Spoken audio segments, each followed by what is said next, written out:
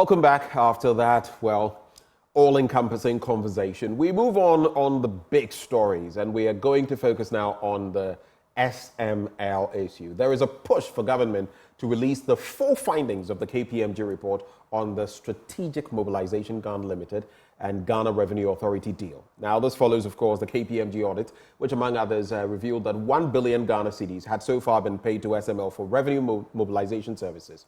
And we're delving into the details of that 5-page document as released from President Akufo-Addo's office, among other dynamics. Some are saying, where is the full report? Is this a full communication? What more can we expect? The president has given, so to speak, that directive, the go-ahead on parts of the deal, but there are some other aspects that have to be renegotiated or looked at. Joining me in the studio, I have Kweku Asante, who has been on that beat. He's also parliamentary correspondent. Kweku, good morning.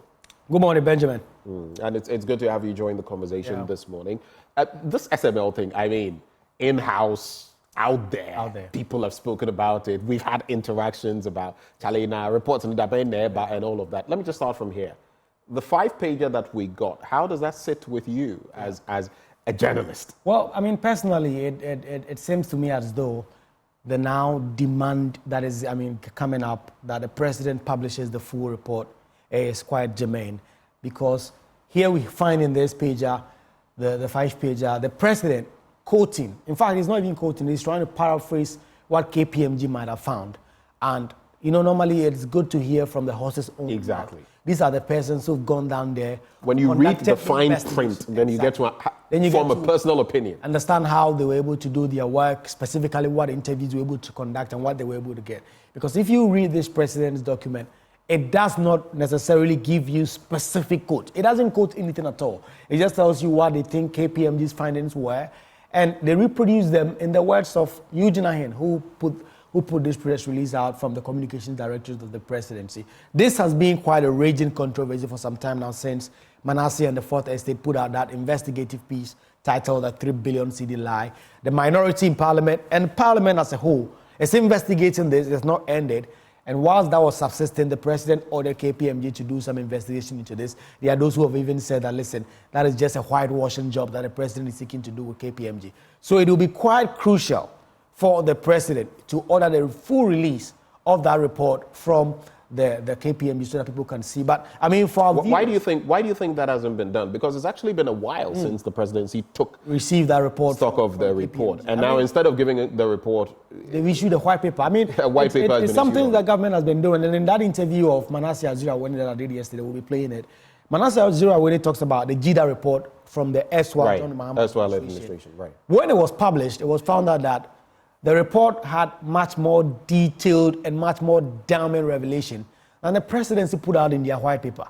Because the presidency obviously is not going to put out anything that contradicts or that inflicts any wound, political wound on the government, as it were. And so they will normally sugarcoat things. And so it is crucial, it is so fundamental. And civil society organizations, Ben Boakye, Brad Simmons, they've already been making that call, that demand, that the president must cause the full report to be published so that the average Ghanaian can pick up that report by themselves, read it, get to know how KPMG did it work. In fact, that can even give room for people to assess whether KPMG did a good job in the first place. That is going to lead into the recommendation that the downstream petroleum review that SML is doing should still continue. The president is giving them the go-ahead to do this. So it is crucial that they do that. In fact, for instance, if I go to some of the key findings, as per the president's communication that KPMG may have made, they say that no technical assessment was done prior to engaging SML. So GRA itself did not do any technical assessment of a sort to get to know what exactly the service they require, which service is already being rendered by other state institutions, for which reason we need SML to come and do this. But of course, then the presidency come in to say that no such assessment was legally required by SML, and that after SML was engaged, the Chamber of Bulk Oil Distributors and then an Ernst & Young audit report all reported that the Revenue Assurance and Compliance Enforcement of the Ministry of Finance found that there were some under-reporting and under-declaration, as well as potential revenue leakages, for which reason this was important. It also comes out that KPMG found that on 3 different occasions between June 2017 and September of the same year, the GRA had been seeking to get the public procurement authorities' approval to use single source procurement to actually service the work of SML. On all 3 occasions, PPA actually rejects the advances of GRA and says that we cannot give you sole sourcing approval to go and do this. And so GRA then gives this contract as a subcontract to an already existing contract between government and the West Blues Limited. Right. That means that they can just go and subcontract without going to the Public Procurement Authority. And then when the West Blue contract expires, they just give them a substantive contract, again without having recourse to the Public Procurement In other words, Authority. they are in breach of not standard regulations when it comes to public procurement. Exactly. But the and they have undermined that process by circumventing the PPA. Exactly. And of course, if you know the history of the PPA with Ejenim Boating and everything, you realize that now the work being done and they are finding ways of circumventing the process to do that. So that is quite important. Again, KPMG concludes that SML only partially delivered on the service requirements that was required of them to do their job. Again, the president says, however, given the observations made during the investigations, GRA may not have obtained all the expected benefits from the service that SML was said to be offering, which they were paying billions to. Again, when it came to the external price verification services, KPMG concluded that SML delivered again partial service requirements and that GRA may also not have obtained all the expected benefits. Then there's also the big issue about the downstream petroleum audit services, where KPMG now says that there was an incremental volume of 1.7 billion liters and an incremental tax revenue. So here, they seem to say that SML did a good job. But already, Brad Simmons and CSOs, Ben Boakye are saying that you cannot attribute the high intake, the consumption of fuel to SML simply because of the work that SML did. So it will be interesting to see the report to find out how exactly KPMG came by this conclusion. Now, KPMG also makes some findings that, for instance, between 2018 to date, GRA has paid 1 billion and 61 million Ghana cedis in terms of that. And then the total fees estimated to have been paid under the 2023 contract for 5 years is 5 billion 173 million Ghana cedis, which averages about 1 billion Ghana cedis every year. That's not the amount of money that we're talking about here, billions of cedis that is being paid. So KPMG makes a couple of recommendations that the presidency accepts. So let me take you through some of the recommendations that KPMG make and the acceptance of the president. The president says that the upstream petroleum audit and minerals audit services have not yet been commenced and no payments have been made in respect of those services. Therefore, that contract may be terminated. The president doesn't direct categorically that it should be terminated. He says it may be terminated. And that given the upstream petroleum audit and minerals audit service could prevent significant revenue leakages, the president has directed that the ministry and GRA should conduct a comprehensive technical needs assessment and value for money assessment before implementing such services. It means that previously they did not do that. Again, the transaction audit and external price verification services may also be terminated. Again, they call for that. And then the president conclude again that there's clear need for the downstream petroleum audit service provided by SML. GRA and the state have benefited from these services since SML commenced providing them. There has been an increase in volumes of 1.7 billion liters and an increase in tax revenue to the state of 2.55 billion cedis. So, and KPMG has also observed that there were qualitative benefits and all that, for which reason they believe that that contract must go ahead. But there's this sticking point. So maybe let's do that quickly, and then we can hear from Ben Boakye. your interaction. So, actually, from Manasseh. So it comes up that one of the reasons why government is not really interested in cancelling this contract is that they say that if they were to cancel this contract, according to KPMG's direction, the state is going to pay so much to SML for what they call the way SML has mobilized itself to be able to do this job. So the group that did this investigation, Manasseh Azuri from the Ford Estate led this. He says that it is so crucial that the president publishes this report. And just like the background that has been given, of course, they do not also believe that the downstream petroleum audit, for instance, should also be going on because there's something they believe MPA and other state institutions are already doing. So let's listen to Manasseh on what it makes of this white paper put out by the government and the demands they are making. In a sense that it is commendable that the president decided to look into it and certain actions have been taken. It is important to stress that the component of the contract that has been cancelled is the biggest component in terms of the revenue we are saving. The upstream petroleum and also the mining sector components of the contract, per our production figures as a country, we were going to pay about $90 million to KPMG every single year. So that angle has been, or component has been cancelled. So it is significant savings, in addition to some price verification aspect that has also been cancelled. Now, the part that has been kept is the downstream petroleum contract. And that one, the president based his decision to keep the contract on the basis that SML is checking under reporting and under declaration. If you watch our documentary, we put this question to SML and asked whether they were doing under reporting or they were checking under the reporting or under declaration. The company said they were doing none of those services. It was on their website. It was on their website, and after we confronted them, they deleted that information from their website. The GRA, which awarded the contract to SML, also told us that SML did not and does not check under reporting or under declaration. The most disturbing part of that contract is the measurement that SML's meters claim to be taken. Those measurements are not used for tax purposes by even the GRA, which contracted them.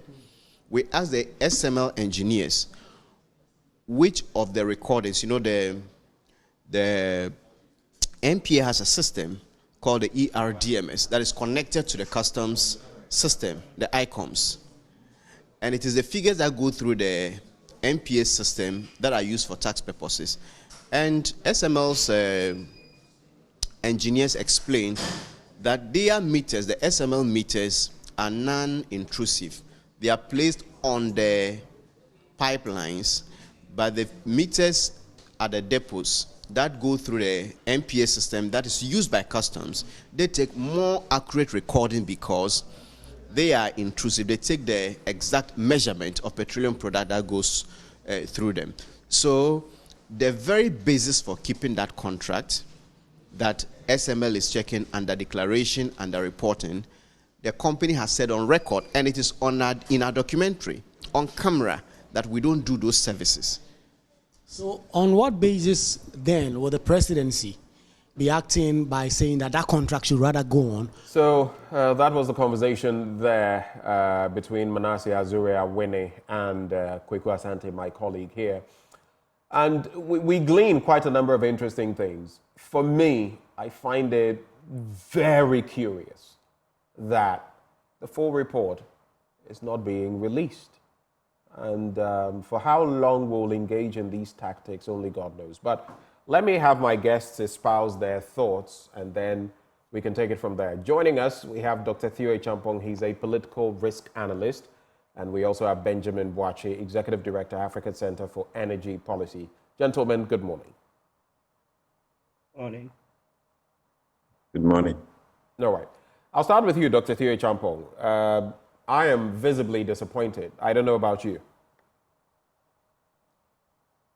Yeah, no, we all wish we had seen the report attached to the white paper, because the white paper basically tries to summarize the report or aspects of it, but we don't know fully what went into those conclusions that KPMG made in their assessment. So I lend my voice to the calls by my colleagues in civil society and others for the full report to be made publicly available. Again, some commendation to the president in terms of actually getting KPMG to look into this. But when you look at the substantive issues that are coming out, it goes to confirm, for me, a lot of earlier assertions that myself and my colleagues in civil society, including Ben and Bright, had made about some of the claims that SML was making, which actually, when you subject it to strict scientific scrutiny, would not stand, right? So there are two big issues that I think we need to unpack. The first one being the legal and the regulatory issues around the technical needs assessment that was not done, around the fact that, parliamentary approval was not given for these multi-year contracts that flouted the Public Financial Management Act of the country, and the fact that even at the corporate management level of GRA, some of the earlier contracts, specifically the 2018-2019 contract, were not sent to the board of the GRA for approval. So you see quite a lot of lapses and, blatant, in my view, violation of the public financial management and other corporate governance, protocols of the country that you would not see perhaps in other jurisdictions. That's the legal and the regulatory. Then on the technical issues, which we had spent a lot of time working on, there are four things there that, again, or four services that SML attempted or did provide to Ghana through GRA. The first one relates to transaction auditing. The second one, external price verification. The third one being the downstream petroleum audit. And then the fourth one being the upstream petroleum and then the mining audit. And that one is not even, started. And if you look at the summary document that the presidency presented on the transaction and then the external price verification, they say that SML partially delivered on the commitment. But from where I sit, what did they deliver on exactly? And how were these values that's assessed? a question I was asking myself too. I was scratching my head and if in private enterprise you give out a contract for an entity to do something and they do not meet what they are supposed to do, what does that mean? So we need to know, even in terms of percentages, if you say that, okay, maybe they delivered 80 or 90, fine, we can accept that. But if they partially delivered and it's, let's say, 20, 30%, and they still haven't met 70% of that, it's a simple arithmetic. But again, it goes to show the importance of releasing the full report so we can, comprehensively assess that. Again, when you take the downstream petroleum audit that KPMG says that before and after, the volume of petroleum increased by about 1.7 billion liters, and there was this incremental tax revenue of about 2.5 billion. Again, from where I sit, I think it could potentially be a bit of a red herring without having us fully seen the report. So we all want more revenue. We all want to build more schools, more hospitals. Nobody disputes that.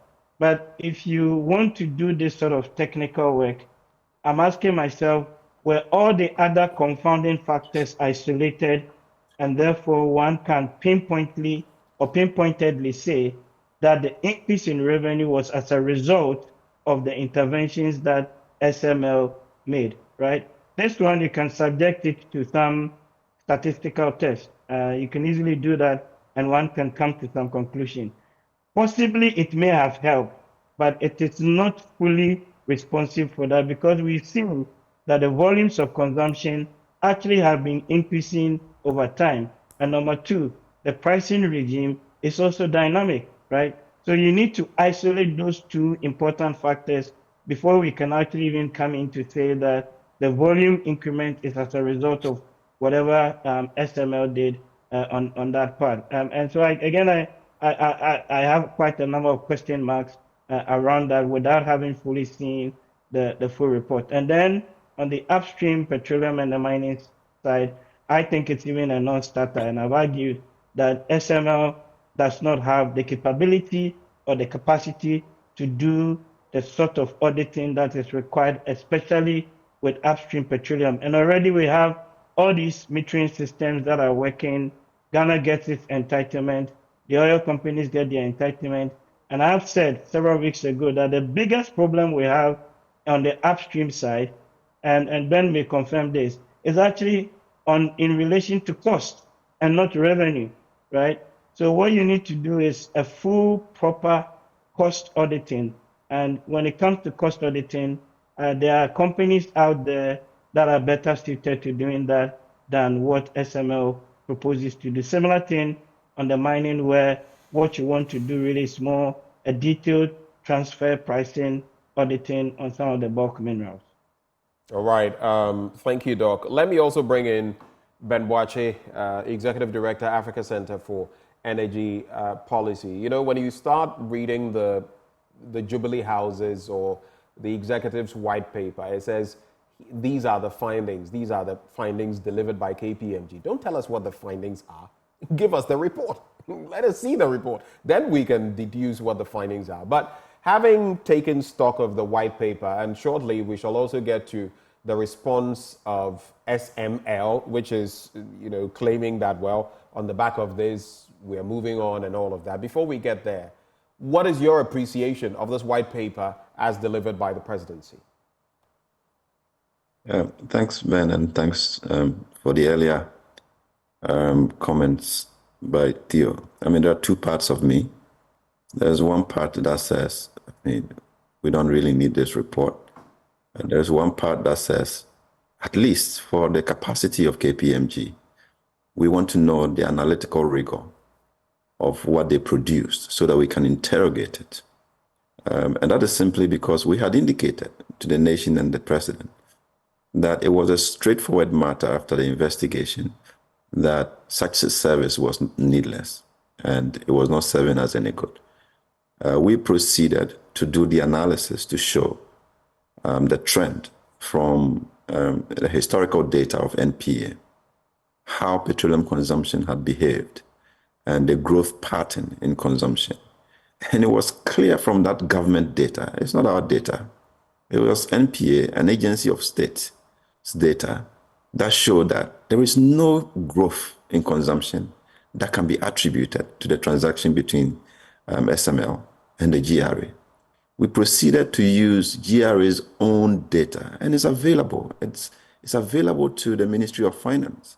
They have sharp guys, PhD holders, masters, analytical capacity to be able to examine the data and tell the nation that indeed there is nothing that is attributable to the contract between a GRA and SML. So all we needed was somebody who at least have some background in Excel at the presidency to confirm those numbers and tell the nation that we don't need to spend a dime, a city, engaging KPMG to do any assessment. And that was our position. We had done all the work. And indeed, if you look at some of the recommendations that they are... So are you suggesting that what KPMG did was wasted effort and, of course, wasted taxpayers' money? It was time, just buying time, wasting our time, when the issues were so clear that there was no value add to the whole downstream operations. In fact, when you have flow meters, contact flow meters, already installed, monitored and calibrated by the state, and you just deciding to add electronic seals to be able to confirm those flows, your margin of error rather increases. Right? So what you want to do is to make sure the Standards Authority calibrates those contact meters, which are much more efficient than electronic seals, to be sure that the state's interest is protected. We have Navy, we have GRA Customs, we have NPA, we have BOST, we have national security, even at the depots and all those places. If all these agencies have failed to protect the interest of the state, we cannot assume that one single company will be the one to deliver value to us without fixing the core of the issue, even if there were genuine issues at play here. So you read some of the findings, and it's clear that it was a cooked deal. There's no value for money conducted. People woke up and gave a transaction and implemented it, even without PPA's approval, because they were willing to do it rather than extracting value for the people. And that is why GRA has not been interested in actually ensuring that the contract was delivered. Incredibly, the monies were paid. So you're not ensuring that we get value. Right. I mean, over 1 billion Ghana cedis paid. But a critical point, are you saying then that this wasn't necessary because in the end, all of this had been cooked, and that maybe in the fine print of KPMG's report, we could find other things? Because the presidency is saying, you know what, you have the green light. You can go ahead. It's just some other angles that have to be renegotiated or taken a look at. In other words, nothing has changed. Nothing. I mean, nothing has changed if you look at it. And it was predicted that this whole thing was to buy time so that we produce something to make it necessary for the contract to persist. And that is clear from what we are seeing from the presidency. Has that plan been achieved, do you think? I think so. And that's why we need to check the report that was produced and check it with the evidence that is available, whether KPMG was that analytical enough to produce a document that reflects data, publicly available data, publicly available information. I mean, for example, if somebody says they spent $44 million just buying electronic seals, what did KPMG say about that? Because they know, they have the data. It's a global giant of a service provision company. They know where the Honeywell seals are sold. Honeywell seals don't cost more than $25,000 each. If you have 20 depots, all right, and you are perhaps doing about 4 of those seals at every depot, you have about 80 or so of those from inflow and outflow. So you probably will be installing about 88 of them. So about 80 electronic seals. You are not spending more than $2 million on that project. Right. Let's get inflated for the political economy considerations and you know, the usual corruption that you have with some of these transactions. Even put it at $10 million, it is way off. So in other words, of how much it costs to deliver such a project. All right, and they just absorb it, $44 million. Beyond that, let's even assume that was what was spent. Which business can you do in Ghana with $44 million and get $1 billion in 5 years? It's ridiculous, to say the least. Well, I guess we do magic in Ghana. But let's look, even before we delve into further aspects of this, let's look at Strategic Mobilization Ghana Limited. Right on the back of this, they came out with this, a statement, stoking themselves. And let's find out what they had to share. So they say, on January the 2nd, 2024, the presidency appointed KPMG, an audit, tax, and advisory services firm, to conduct an immediate audit of the full risk reward partnership agreement between the Ghana Revenue Authority and Strategic Mobilization Ghana Limited. It goes on and on. But then let's cut to the chase. 1, allegations of impropriety. And gentlemen, I want you to focus on this so that you can share with me your thoughts on what you think on them step by step. 1, allegations of impropriety. The KPMG report debunks the false claim of $100 million paid to SML and refutes the 10-year contract claim made by Manasseh Azuri-Awene and the Fourth Estate. However, SML likes to point out that KPMG's finding, which suggests that fees estimated to be paid under the 5-year consolidated contract average about 1 billion Ghana cedis per year, is false. So they are still, even after the report, even from what we know, they are still contradicting these. Now, the need for SML services affirmed. KPMG confirmed the importance of the upstream and mineral agreements. SML further observes that a comprehensive needs assessment in those sectors was previously conducted. And all of these will come to the fore because you don't have the proper report. You're only getting hearsay, or at least what has been gleaned by the presidency from the report. Needs assessment criteria. SML disagrees with the findings that a needs assessment was not done before SML commenced operations. Then they talk about the award of the 2023 consolidated contract. They say the award of the performance-driven contract was in full compliance with the Public Procurement Act. Then on point 5, transaction audit and external price verification agreement. They say with the findings, SML disagrees with the findings of the transaction audit and external price verification agreements. It goes on and on. Point 6, below par delivery on contract. SML rejects KPMG's assertion that it partially delivered on several requirements regarding the transaction audit service agreement, which is where, again, if we had the full report, like Dr. Theo Champo was saying, we'd be able to realize how much did they achieve. Was it 30% in any scoring? That is a failure. Was it 50%? That is average. Was it 90%? was it 70%, which would mean there's quite a shortfall. I mean, we do not have all these details. SML's performance assessment, SML, that is point 7. SML notes that KPMG confirmed that due to the implementation of the downstream petroleum audit agreement, there were qualitative benefits, including a 24/7 electronic real-time monitoring of the outflow and partial monitoring of inflows of petroleum products at depots where SML had installed flow meters. KPMG also confirmed that other important benefits from the SML technology, whatever that technology is, including a deterrent for under-declarations and several levels of reconciliation and validation, prevented revenue losses to the GRA. Point 8 talks about realizing the petroleum volumes and the tax revenue. And then point 9, misleading representation of compensation and pricing. They say SML finds that KPMG's failure to state GRA taxes of 31.5% taken before payment, interest payments of 32% plus the investment repayment made by SML, and other taxes or duties over the period creates a very unbalanced impression of the relationship. I mean, it goes on and on, but let me bring in my guests on these. I do not know whether you have seen this document. I think it just adds fire or pours kerosene on the flame of the scanty information we have on this. I'll come to you, Dr. Theo Champol. What do you make of these responses? And even where KPMG, what we know, there's a scintilla of information against SML. They come and they say, even that is not right. Your reactions?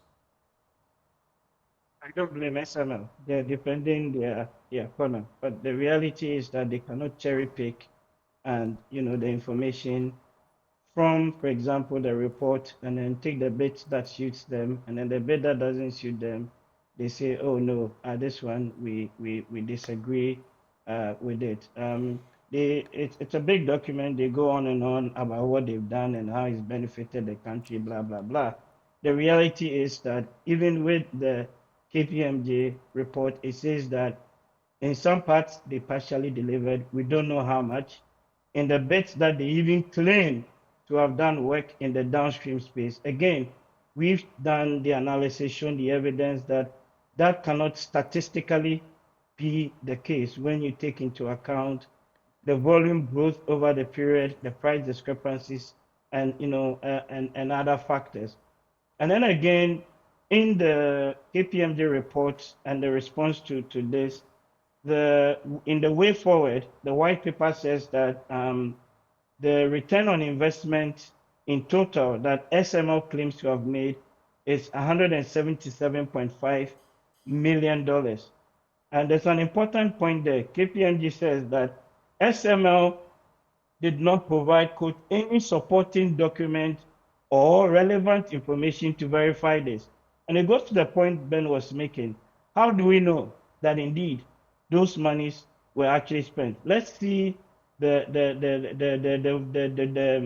bill of ladings and the documents that were used to import those flow meters, the investments that were made. We need to have the evidence base to support that. And I suspect that the value in there is largely or grossly inflated. And if we have to sit down and interrogate this properly, we probably have to slash it by a substantial amount. But it is very clear to me and to some of my colleagues in civil society that this contract, in my view, is not needed, it's not warranted, and does not add any value whatsoever to the country, especially given that you have other institutional checks and balances, and especially in the upstream oil and gas space. If you understand how the mechanics of that space works, what they're trying to do, which they haven't started anyway, is just going to come to naught. Because of that 177.5 million, they claim to have spent about 133 or so. That's well over about 80% of the investment, right, into preparing themselves to do upstream auditing and minerals auditing. I'm asking myself, with what and by what? So it opens up the SML statement together with the white paper that we've seen.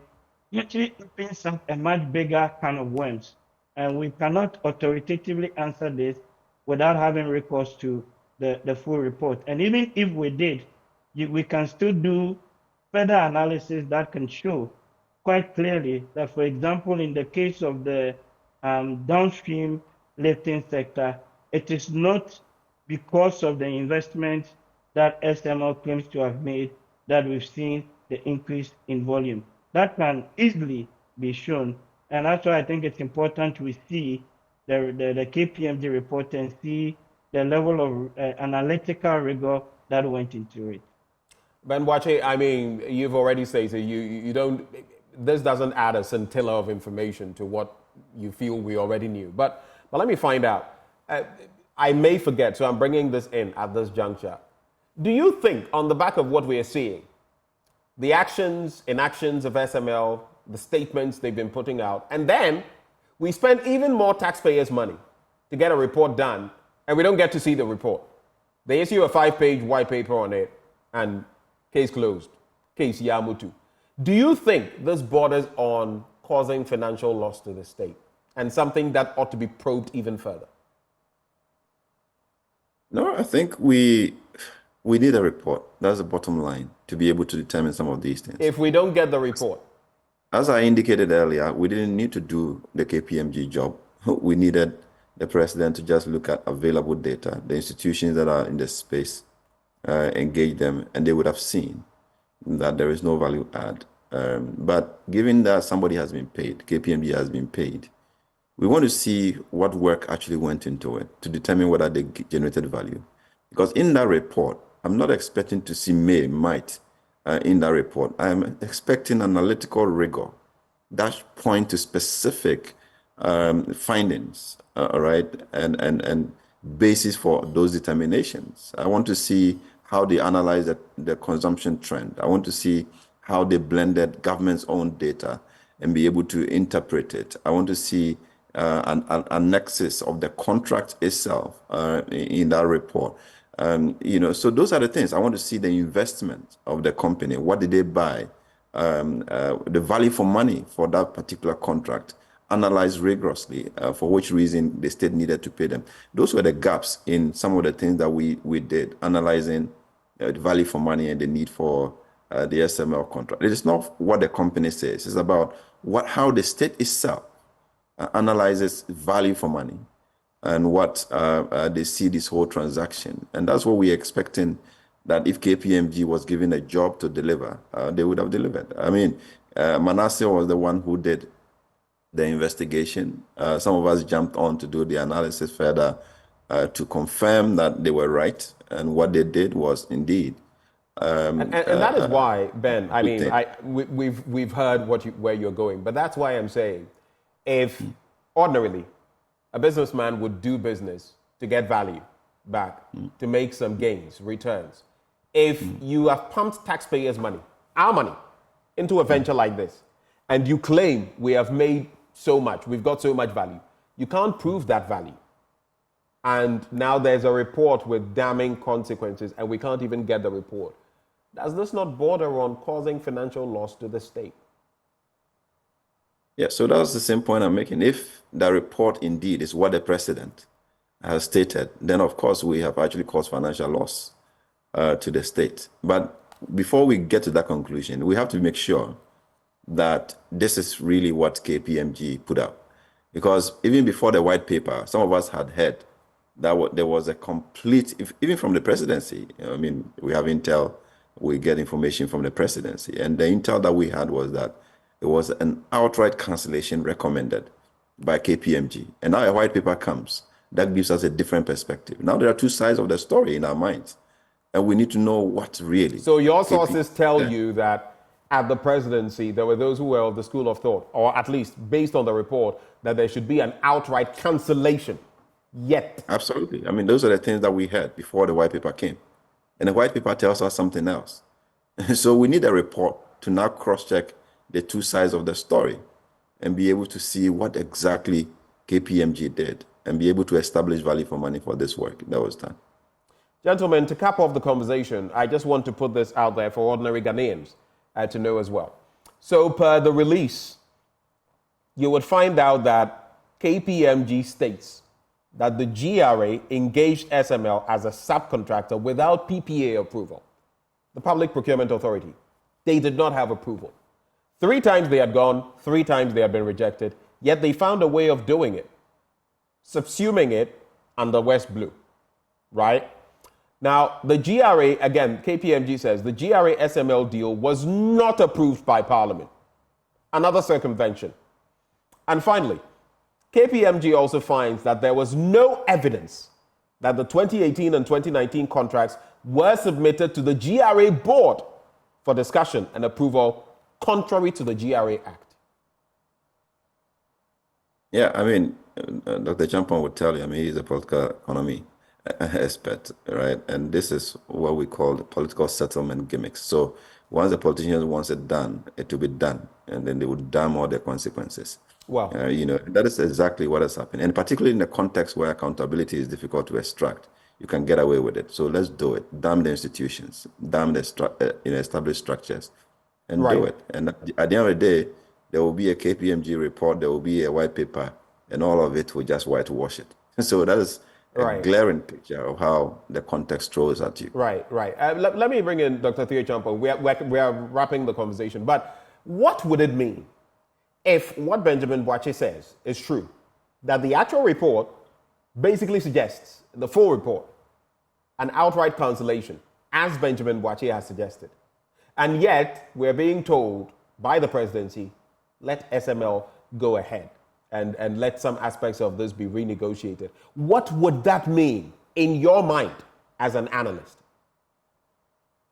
Ben, it's very simple. It just shows that there are other vested interests at play. It's a very simple, matter that if we are able to confirm, and I don't know that, I haven't heard that from my sources, that indeed the recommendation from the audit or the work was an outright contract cancellation, which would actually align with what a number of us, right, were expecting. Because again, we've argued this.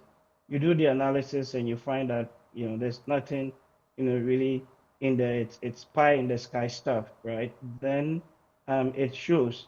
And if the presidency is now saying, they may terminate and do this, and instead of shall and all of that, then again it shows you an attempt to soften that stance. And normally, from a political economy point of view, that of course there are bigger hands, behind this that are pushing, because people have their vested interest to protect. It's very simple. Well, gentlemen, if you have any final words, we can take them right before we proceed. I'll start with you, Ben Boakye, maybe in some 30 seconds each. Ben Boakye, starting with you. No, I think we need a report, and that we're hoping that report will be analytical and detailed enough to show us how the state benefits from this transaction, and also the job of other state institutions are clearly cut out for them. If you're paying $1 billion plus for an investment of that nature, the audit service has to do a performance audit of this contract, be able to establish how that benefit actually accrues for the kind of investment that would have been done. It's a clear cutout job for them. The special prosecutor has a job clearly defined for him. How do you get such a contract done without going through established protocols and processes? I mean, their jobs are cut out for them, and we expect that they will act expeditiously to save the interest of the state. Final words, Dr. Theo Champo. Quickly, from my side, given the legal breaches, there's enough ground to terminate the contract. I do not see the value that has been, accrued. The numbers that SML is claiming to have invested, 177.5 million, would have to be further interrogated, and I suspect it's far lower than that. There could be a lot of overinflation of the amounts, and we do not need the work that they claim to have done. So I'm actually expecting the contract to be terminated going forward. And like Ben said, I lend again my voice to the audit service to look into this with a proper performance audit, and of course, the OSP and other institutions to look into that. But we have enough grounds on the legal front, enough grounds on the technical front to actually, scrap this contract. Well, thank you, gentlemen, for having joined the conversation. There will still be more time going into the future to deliberate on some of these matters. Benjamin Boakye is Executive Director of the Africa Center for Energy Policy. And of course, we also had Dr. Theo Achampong joining the conversation. He's a political risk analyst. Thank you, gentlemen, for your time. Now, before we move on to our next conversations, if you're a Christian in any area of leadership and you need more power for impact, then join the host and speaker, Archbishop Charles Agyinasare, and other seasoned speakers from Ghana, Prophet Nanase Sarkodie, Reverend Dr. Steve Wengham, Reverend Mrs. Vivian Agyinasare, and from Nigeria, Reverend Samuel O. Olubiyo, Apostle Richard Udo from Congo, and Apostle Yves Castanu. And the theme is how to walk in the power of God. It will be a time of insight, inspiration, and impartation. The date is Monday, the 29th of April to Sunday, the 5th of May, 2024. The time is 8:30 a.m. and 5:30 p.m. at the Perez Dome at Jowulu Junction in Accra. If you'd like to get more information about this event, just call 0548 633 650. That is 0548 633 650, or visit www.sesummit.org. SE Summit is one word. www.sesummit.org. Supernatural Empowerment Summit. That's what it is. Receive power for impact. We'll be right back.